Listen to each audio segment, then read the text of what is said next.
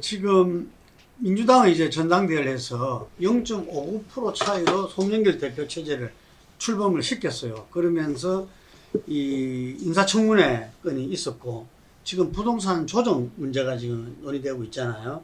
예, 그래서 이 부동산 특위위원장도 바꾸고 이랬는데 어떻습니까? 송영길 당대표 처음에 호언한 대로 민주 빼고 뭐 다 바꾸겠다. 당 중심으로 바꾸겠다 이랬는데 어떻게 평가하십니까?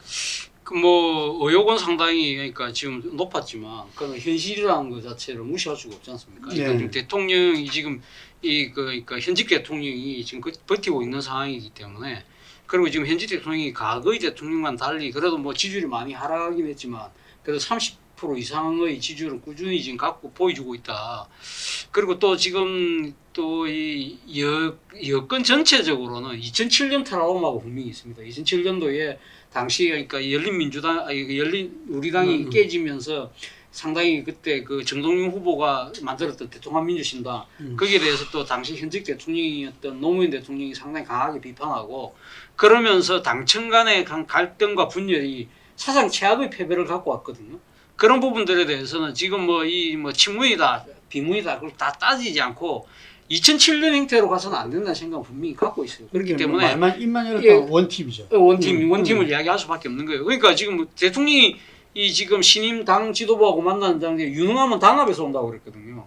진짜 대통령 메시지로는 진짜 이례적인 메시지였어요. 그러니까 2007년 트라우마를 그만큼 강하게 느끼고 있다는 거거든요. 그렇다고 한다면 송영길 대표 입장에서도 자신이 그러니까 지금 그 대표 선거 때는 상당히 나름대로 강하게 이야기를 했지만 이걸 갖다가 쉽게 치고 나갈 수 없는 상황이라는 겁니다. 그렇기 때문에 물론 그러나 미세 조정은 있겠죠. 그러니까 지금 당장 그 부동산과 관련해서 재산세 지금 감면 한도를 6억에서 그 9억으로 올리겠다는 거는 거의 막 기정사실화된 것 같고 그 양도세 지금 부과하는 부분에 있어서 그 기준을 6억에서 9억까지 올리겠다는 부분인데 그건 오늘 오후에 지금 뭐 예정된 의총에서 또 뭐 경론일 거라고 봅니다만 그런 식의 그러니까 방향은 조금씩 조정하게 가면서 그렇게 갈 수밖에 없는 상황이다. 그러니까 어느 정도 그러니까 지금 문제는 제가 생각해 그렇습니다. 그러니까 아무리 신임 당 대표라 하더라도 향후는 앞으로 대선 국면이거든요. 그렇다고 한다면 지금 신임 당 대표가 할 수 있는 저는 정치적인 공간이라는 것 자체는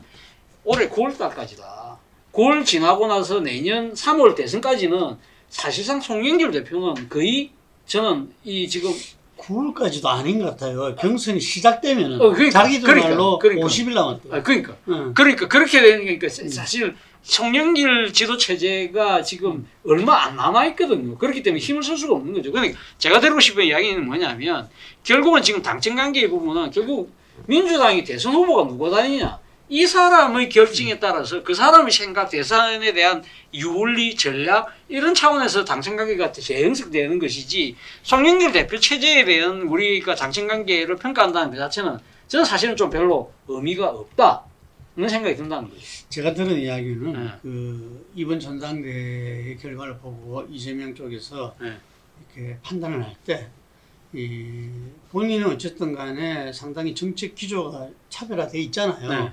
그걸 갖다가 현 지도부에 기대할 수는 없다. 결국은 경선을 그 예정대로 하고 거기에서 후보로 됐을 때 그렇죠. 그 부분에 대해서 전면을 하겠다. 뭐 이렇게 지금 현실적인 판단을 하고 있다. 이렇게 들었어요. 제가. 그게 현실적 가능성이 높잖아요. 송영길 대표 체제. 제가 생각할 때는요. 지금 송영길 대표 체제가 문제가 아니라 이재명 씨도 이제 후보도 제일 문제가 뭔가 하면 문하고의 관계를 정리할 수 있을 거냐. 지금 뭐 겨우겨우 지지율을 붙들고 버티지만은 어쨌든 다음 대선에서는 문에 대한 여당 여권조차도 문에 대한 결별을 완벽하게 하지 않고는 제가 볼 때는 이 여권 후보가 당선될 수 없을지도 몰라요. 저 야가 어떻거나 관계없이 말입니다. 어떤 마지막에 1대1이 된다고 봅니다. 그러면 지금 현재 그 우리가 코인이 터지고 또 지금 주식이나 부동산 이런 부분들이 미국의 지금 움직임을 보면 심상치 않은 게 많이 나오고 있지 않습니까? 그래서 경제적으로 이 정권은 자기들이 모면하려고 하겠지만은 미국발 변수가 왔을 때 모면 못할 수가 있어요. 오늘 보면 미국에서 보면 뭐 이 코인의 10,000불 이상 거래를 못하게 하겠다. 미국에서 디지털 달러를 만들겠다부터 해가지고 이제 테이퍼링이라고 긴축에 들어가겠다는 거 여러 가지가 나오고 있잖아요. 그래서 코인은 석 달 안에 100% 터지는 거고 코인 터지면 주식 터질 거고 주식 터지면 부동산도 언덕거릴 수 있는데 만약에 이런 어떤 상황이 오게 되었을 때 지금 논의하고 있는 이재명의 기본소득이나 기본주택 이런 게 다 무의미해질 수도 있어요. 그때는 어떻게 보면 현 여건이 아닌 것처럼 변신을 해야 대선을 먹을 수 있을 상황이 올 수도 있습니다. 그런데 지금 너무 눈앞에 있던 이 관성적인 부분에 여건이 매몰되어 있다라고 저는 그렇게 보고 있고요. 그렇게 가면 뭐 지금은 여건은 그렇게 생각했죠. 이재명은 좀 독자적이고 문에 거리를 두고 있으니까 가능하겠지 생각하지만은 만약에 이게 이 퍼펙트 스톰 같은 게 와버리면 이재명과 문의 거리도 별 의미가 없어질 수도 있다는 거죠. 그런 것들을 꿈에라 생각이나 하고 있는지도 전 잘 모르겠어요. 적당히 가면 이길 거다라고 보고 있는데 저는 그렇지 않다고 봅니다. 우리 홍 선생님은 경선 연계론도 같이 좀 이야기해 주기 바랍니다. 2007년도하고 비교를 해볼 때 송영길 대표 체제는 그래도 그 당시 당 상황에 비해서는 굉장히 안정적이고 나은 편이에요. 2007년도 그때 이제 열린 우리 당 그 후보도로 거론됐던 사람이 7명 칠룡이라고 이야기를 했죠. 칠룡이라고 했는데 그때 분위기가 보면은 내가 그때 했던 이야기가 그 당시 열린 우리당 후보는 보수당 후보하고 싸워보기도 전에 저것끼리 눈찔러고 다 죽여버린다. 분위기가 그렇습니다. 그러니까 이 후보들이 나가서 상대당 후보하고 경쟁력 자체도 약한 상황이 되고 상대방 후보하고 싸우기도 전에 내부 서로 경쟁 과정에 되고 지극히 부정적인 네거티브 전략으로 서로 공격을 하면서 서로 눈치를 넣어버리는 이런 일이 벌어졌는데 현재 민주당의 당내 분위기는 그때 분위기와는 지금 확연하게 다르다는 거죠. 첫째, 후보가 그만큼 난립하지가 않습니다. 유력한 후보는. 두 번째는 어느 후보도 나가서 어찌됐든 윤석열 후보라는 사가 야권에 급부상을 했지만 그래도 해볼만 하다라는 정도, 그리고 때에 따라서는 이길 수도 있다라는 충분한 접근, 그런 내부 분위기를 갖고 있단 말입니다. 이런 상황이다 보니까 이런 상황이 되고 송영길 대표가 당을 지금 관리하는 이 송영길 대표 체제가 지금 친문하고 뭐 정책적인 어떤 이런 대립 관계가 있기는 해도 그런 부분에 대해서 정책적 조율만 끝나고 나면은 그렇게 흔들리거나 서로 끝까지 가는 갈등 관계는 아닐 것이다. 이제 문제는 지금 정책적 조율이 끝나고 나면 그 다음에 이 당 경선 문제가 될 겁니다. 당 경선 문제를 어떻게 관리를 해야 될 것인가. 이 부분에 있어서는 솔직히 말해서 얘기해도 지금 내가 당 경선을 조금, 핵심은 이 경선을 조금 늦추느냐 안 늦추느냐 문제거든요. 사실 지금 이재명 입장에서는 그냥 가면 좋은 거고 설사 그게 늦춰지는 것은 몇 달이 늦춰지는 거 뭐 길게 늦춰지는 건 아니란 말입니다. 사실 2달이죠. 예, 그러니까 2달 정도는 이재명 입장에다 충분히 수행할 수 있는 기간이에요. 그래서 이 송영길 대표가 이재명 또는 다른 후보의 어떤 그런 의견을 조율을 해서 그걸 늦추든 현행 그거를 유지를 하든 뭐 그렇게 어려운 어떤 그 상황은 아닌데 일단 당내 분위기나 여론으로 봐서 충분히 그거는 합의만 된다면 늦출 수도 있고 설사 늦추더라도 내가 볼 때는 후보 진영에다가 아주 극단적인 판을 깨는 그런 선택을 할 가능성은 거의 없다고 보아요. 근데 제가 들은 그 송영길 대표가 그 성공 포럼입니까? 그때 그 축사로 참석했다가 이재명 지사님 그걸 물어봤고, 그죠? 그래서 자기는 당원 단계대로 했으면 한다는 이야기를 듣고, 그리고 이낙연 전 대표 쪽에서도 경선 연계에 대해서 적극적이지 않고 그냥 이 순리대로 가자 이런 입장이고, 정세균 이 전 총리만 조금 적극적이고 뭐 김두관하고 회동도 하고 뭐 그랬다 그랬잖아요. 그래서 제가 듣기로는 지도부에서 특히 좀 이렇게 분란을 자초하고 싶지 않다. 그게 분란이 되는 순간 지도부의 그 영향력은 그냥 끝난다 이런 생각을 갖고 있더라고요. 어떻게 보십니까? 뭐 저도 그러니까 지금 그 경선 연기라는 부분은 상당히 중요한 게임의 룰이지 않습니까? 예. 그렇기 때문에 게임의 룰을 정하는 부분에 있어서 그러니까 이쪽에 게임에 참여하는 사람들 간에 합의가 전제되지 않고는 어느 일방의 주장에 의해서 될 경우는 그 게임 자체가 깨끗해지기 때문에 결코 이게 쉽지 않다는 겁니다. 그리고 뭐 지금 말씀하시면 지금 제가 듣기로도 민주당의 기류 자체가 전재수 의원이 그걸 던지긴 던졌지만 거기에 대해서 뭐 예를 들면 이낙연이다 정책인계에서 누군가 그걸 받아치면서 그걸 열심히 뭐 옹호하는 그런 분위기도 아니에요. 그리고 지금 이재명계에서 단호하게 안 된다고 자르고 나왔고, 그리고 또 송영길 대표 입장에서도 아까 말씀하신 것처럼 분란을 굳이 만들 필요가 있을까라는 생각을 하고 있는 것 같고, 그리고 실제 무조건 경선을 늦추는 게 또 능사는 아니거든요. 그러니까 일단 모르는 후보를 선출하고 난 뒤에 다른 쪽에서는 열심히 그러니까 뭐 경선을 하고 있을 때 또 이 지금 그 확정된 후보로서의 또 유리한 여러 가지 또 이 국면을 만들 수도 있는 부분이 있기 때문에 무조건적으로 그러니까 이 빨리 선출하면 불리하다는 그 논리 자체도 상당히 문제가 있다는 생각이 들어요. 그렇기 때문에 저는 경선 연기가 쉽지는 않다. 쉽지는 않고 아까 또 우리 사회자께서 말씀하셨지만 이재명 입장에서는 자신이 지금 주도하는 대선판을 만들기 위해서라도 빨리 하루라도 땡겨서 자기가 이 주도권을 지는 부분을 아마 바라겠죠. 그러나 또 한편으로는 이 생각이 들어요. 이재명 입장에서는 자신이 부족한 것 자체가 일종의 포용력이라고 한다면 이런 식으로 모든 사람들이 이재명은 동의하지 않을 거야라고 생각했을 때 뭔가 반전을 하면서 이재명이 저런 면도 있네 하면서 좋습니다. 그럼 좋습니다. 내 2달 연기할게요. 내 뭐 여러 가지 뜻도 있고 당의 합의나 뭐 그런 부분에 대해서 그렇게 던지는 것도 저는 이재명이 전혀 고려하지 않고 있다고 보지는 않아요.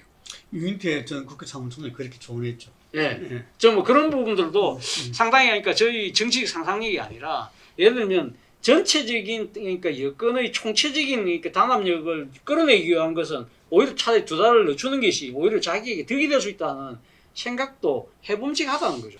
자, 우리 대선 전국의 마지막 이 아이템으로 개헌에 대해서 좀 이야기를 해보도록 하겠습니다. 우리 개헌을 계속 이야기해왔던 우리 황 소장님 먼저. 네, 우리 6월 1일 날 집회예요. 개헌 반대한다고. 그래서 여기 국회 회관 앞에서 기자회견을 해서 말 나온 김에 우리 황 소장님 창당을 했다는 창당했죠. 것도 소개 좀 해주세요. 혁명 21이라고 하는 혁명 정당을 21. 만들었습니다. 네. 당원이 지금 한 700명 되고요. 네. 6개 시도 지부에 그다음에 지역 책임자가 한 100여 명이 있습니다. 그래가지고 지금 4월 28일 날 이제 창당정을 받았고 그래서 이제 이 당의 그 당비 계좌도 지금 개설을 했고 강령이 뭐 어떤 거죠? 강령이 제가 이제 그 책을 썼던 그 서민 퍼플리즘 15조라고 해가지고 700만 원에 이 아파트 원가로 국가가 건설해서 판매하자. 네. 얼마요? 700만 원 이하에.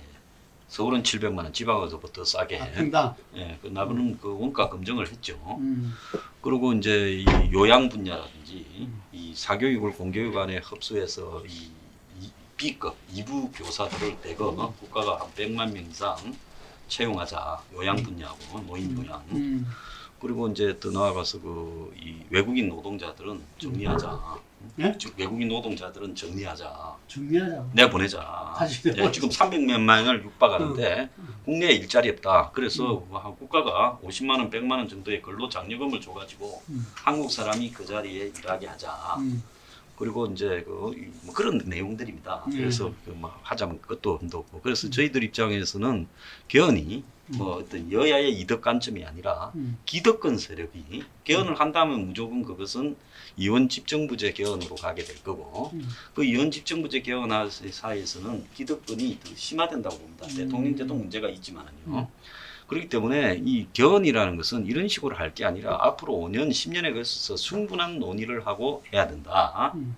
이런 시각을 갖고 지금 번개불에 콩과 묵듯이 대선을 앞두고 개헌이 된다면 이것은 이 재벌들, 이 사주를 받은 기득권들을 위한 개헌이 된다.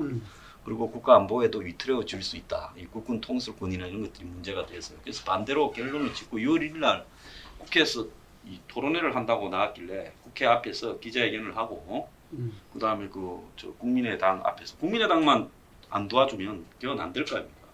그래서 개헌에 참가하는 국민의당 안철수? 아니 국민의힘 힘. 예, 그 당들이 이름이 비슷해가지고 국민의힘당 앞에서 하루 종일 집회를 하기로 했어요. 그래서 뭐 9명이라 이상 되면 못한다니까 하는 사람은 9명이지만 수많은 당원들을 구경을 하러 오라고 했습니다. 그래서 이제 그날 그 앞에서 해서 국민의힘 의원 중에서 개헌에 가담하는 자들이 있다면 지금 윤영석이하고 뭐 그 개헌 발언에 성일중이 김은혜가 발언을 했는데 이 세 사람은 그냥 두지 않겠다 하는 부분들을 우리가 그날 이 공개적으로 이 선언하고 그 당서 앞에서 하루 종일 집회를 하기로 했습니다. 한 선생님 이야기한 게 개헌이 어쨌든 기득권 심화의 방향으로 갈 수밖에 없다. 여야 네, 그렇게 여야 기득권의 자기들 어떤 이해관계에 따라 갈 네. 수밖에 없기 때문에 막아야 된다 이런 이야기인데 아니 근데 사실 그- 정치권에서는 개헌에 대해서 역대 국회에서 준비를 많이 했잖아요. 많이 했죠. 많이 많이 했는데 지금 민심은 조금 다른 것 같아요. 다르죠. 네. 그러니까 제가 기억하기로 그러니까 개헌에 가장 적극적이었던 국회의장이 2008년도였던 김영호 의장 때. 예, 김영호 의장 때 개헌 특위라는 걸 개헌 자문위원인가 만들어서 제 집에도 그 책이 있는데 이 진짜 벽돌만한 책이 2권이에요. 예. 그 제가 가끔씩 읽어보는데 그 좋은 주옥 같은 이야기들이 정치학 원론적인 차원에서 읽을 만한 글들이 꽤 많아요. 그 많은데 어쨌든 그러니까 지금 박병석 의장이 상당히 적극적인 걸로 알고 있습니다. 예. 그리고 그 전에 또 앞에 정세균 의장도 그렇고 그러니까 정의화 의장도 그렇고 문희상 의장도 때 되면 인터뷰할 때마다 개헌론을 이야기하거든요. 그러니까 이 역대 의장들이 이 지금 개헌을 이야기하는 것 자체가 일종의 이게 지금 대통령 중심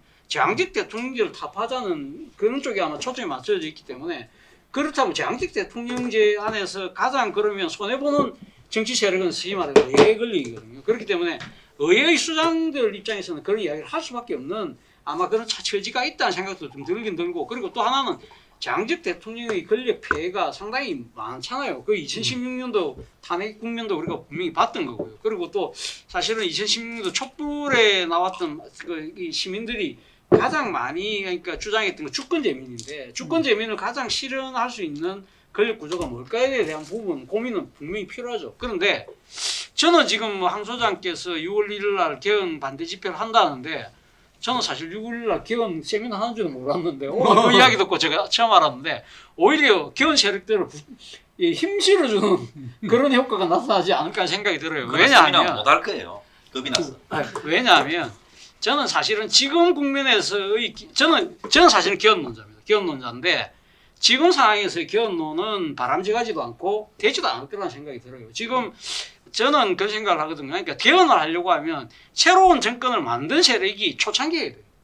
초창기에 강력한 대통령의 힘으로 그렇게 밀어붙여야 될동 말동하는 것이지 지금 이 유력한 후보들이 다 나와 있는 상황에서 그리고 모든 국민들이 다음 내년 3월에 대통령 선거를 다 예정해두고 있는 상황에서 이걸 이야기한다는 그 자체가 저 사람들 정치적인 싸움에서 지금 불리하니까 나름대로 꼼수를 쓰는 거 아니냐는 그러한 의심을 받을 수밖에 없는 것이고요. 그리고 실질적으로 정치적 동력을 갖고 갈 수가 없습니다. 지금 뭐 민주당이든 국민의힘이든 다 지금 차기 대선에서 정권을 재창출하자, 정권을 교체하자는 쪽에 지금 목숨을 거는 상황에서 모르겠습니다. 뭐 김종인 전 비대위원장 같은 분들도 대표적인 개헌론자인데 그 양반도 요즘 개헌 이야기 안 하잖아요. 그 양반도 지금 일단은 지금 제3지대 중심에서 일단 정권을 만들어 놓고 난 뒤에 하자는 이 지금 그 일종의 뭐 이 순서로는 지금 이야기하고 있기 때문에 저는 뭐 개헌 그 자체가 여러 번 이 자리에서 이야기했지만 다음 대선 국면까지는 실체 없다 그런 생각이 듭니다. 예, 그 여권에서도 이재명 지사와 지사 측에서 개헌 이야기가 거의 나오지 않고 있어요. 그런데 그 이낙연 전 대표 같은 경우는 뭐 이렇게 공개적으로 이야기를 하셨고 정세균 전 총리도 했고 또 이 민주주의 4.0이라는 좀 친문 강경파 쪽에서도 계속 개헌에 대해서 불을 지피고 그 있죠. 그리고 조금 전에 이야기한 국민의힘 쪽에서도 몇 분 의원들이 이제 이야기를 하고 그랬는데 아마 대체적인 거는 시기적으로는 지금 적당치 않지 않느냐 하더라도 좀 논의는 이렇게 할 필요가 있대. 실제 실행은 다음 대통령으로 그렇죠. 가서 할 수밖에 없지 않겠냐. 그렇기 때문에 개헌을 논의를 시작하더라도 결정하는 시기는 다음 대통령 초반기 해야 된다. 이런 의견들이 준 것 같아요. 우리 홍 소장님 어떻게 보십니까? 뭐 그런 정도의 개헌 논의는 가능할 겁니다. 그러나 개헌 논의와 개헌 시도는 별건인데 개헌 논의야 일상적으로 언제든지 할 수가 있겠죠. 그런데 이 개헌 시도에서 성공할 수 있을 것이냐라는 거는 내가 몇 차례 제가 의견을 봤지만 국민 정서상 거의 불가능하다. 지금 대략 어떻게 나왔습니까? 근저에는 뭐 개헌 논의 자체가 없으니까 여론조사도 근저는 해보도 안 해요. 그 정도로 국민한테는 관심 대상도 아니에요. 제가 왜 그게 어렵다고 보나 하면은 제가 18대 국회부터 18대 국회 전 국회에 비해서 더 나았냐 못하냐 조사를 해봐서 현 국회는 아직 안 해봤고요. 했는데 매번 이야기가 전 국회보다 못하다라고 응답이 나옵니다. 아마 현 국회도 전 국회보다 못하다고 평가가 나올 겁니다. 그것은 무슨 이야기냐면 국민의 대표로서 국회의원을 뽑아놨지만은 현재 국회의원들의 여의도 국회 권력 대표성이 국민들로부터 개헌을 끌어갈 만한 그런 신뢰를 거의 받지를 못하고 있다. 이게 박근혜 대통령제 뭐 이런 부분들은 의원 집중 문제, 내각제는 국회에 대한 신뢰가 중요하다 이런 거죠. 그렇죠. 일단 그 합의를 끌어내야 되는데 문제는 그런 상황에도 굳이 이걸 한 거는 뭐냐면 국민의 이해관계가 아니고 정치인들의 이해관계를 보는 거예요. 개헌 문제를. 개헌은 그야말로 국가 국민의 어떤 그 미래를 놓고서 논해야 되는데 국민들은 생각도 안 하는 걸 자꾸 끌고 나오는 건 자기네들의 권력 분점에 대한 이야기로만 보는 겁니다. 그러다 보니까 국민들로부터 동의를 끌어내기가 참 어려운 지금 상황입니다. 그래서 뭐 논의는 하지만 그러나 제가 볼 때 논의 자체도 논의하는 당은 그만큼 다음 대선에 마이너스가 될 겁니다.